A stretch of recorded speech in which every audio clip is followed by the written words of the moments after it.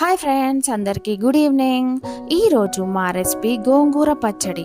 ఈ గోంగూరని తెలంగాణలో పుంటికూర అని అంటారండి. వేడి వేడి అన్నంలో ఈ పుంటికూర పచ్చడి వేసుకొని తింటుంటే పుల్ల పుల్లగా చాలా టేస్టీగా ఉంటుందండి.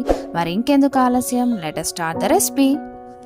ఈ పుంటికూర పచ్చడిలో నేను 1 టేబుల్ స్పూన్ శనగపప్పు వేసానండి. శనగపప్పు వేయడం వలన పచ్చడి టేస్ట్ అనేది చాలా బాగుంటుంది.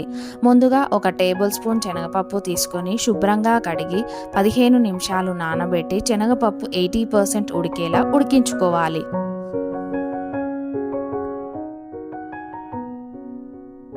ఇప్పుడు పుంటికూర ఆకులను తీసుకొని శుభ్రంగా కడిగి పక్కన పెట్టుకోండి.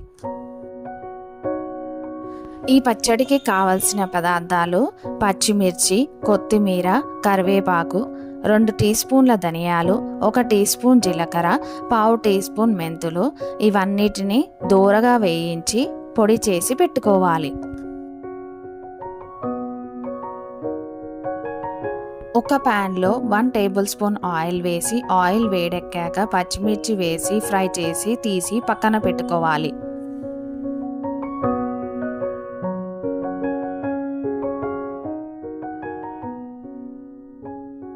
ఇప్పుడు ఇందులోకి శుభ్రంగా కడిగి పెట్టుకున్న పుంటికూరను యాడ్ చేసుకోవాలి.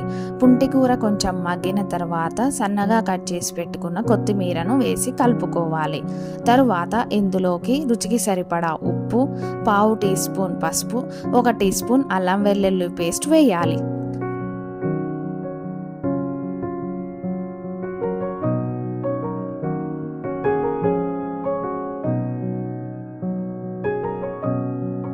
పుంటికూర మొత్తం ఇలా దగ్గరికి మగ్గిన తర్వాత స్టవ్ ఆఫ్ చేసి చల్లార్చుకోవాలి. ఇప్పుడు ఒక మిక్సీ జార్లోకి ఫ్రై చేసుకున్న పచ్చిమిర్చి వేసి తగినంత ఉప్పు వేసి ఒకసారి గ్రైండ్ చేసుకోవాలి. తరువాత ఇందులోకి పుంటికూర మిశ్రమాన్ని వేసి గ్రైండ్ చేయాలి. ఇప్పుడు దీనిలోకి ధనియాలు, జీలకర్ర, మెంతుల పొడి యాడ్ చేసి కలుపుకోవాలి. ప్యాన్లో 1 టేబుల్ స్పూన్ ఆయిల్ వేసి ఆయిల్ వేడెక్కాక 1 టీ స్పూన్ ఆవాలు, 1 టీ స్పూన్ జీలకర్ర, 4 ఎండుమిర్చి, 1 గుప్పెడు కరివేపాకు రెమ్మలు వేసి ఫ్రై చేయాలి. తరువాత ఇందులోకి ఉడికించిన శనగపప్పును వేసుకొని ఒకసారి కలుపుకొని ఇప్పుడు ఇందులోకి పుంటికూర పచ్చడిని యాడ్ చేయాలి. అంతే, ఎంతో టేస్టీ పుంటికూర పచ్చడి రెడీ. పుంటికూరలో కాల్షియం, ఇనుము, విటమిన్ ఏ మరియు విటమిన్ సి ఉన్నాయండి. అప్పుడప్పుడు ఈ పుంటికూరను మన డైట్లో చేర్చుకోవడం వలన ఈ పోషకాలు మనకు లభిస్తాయి.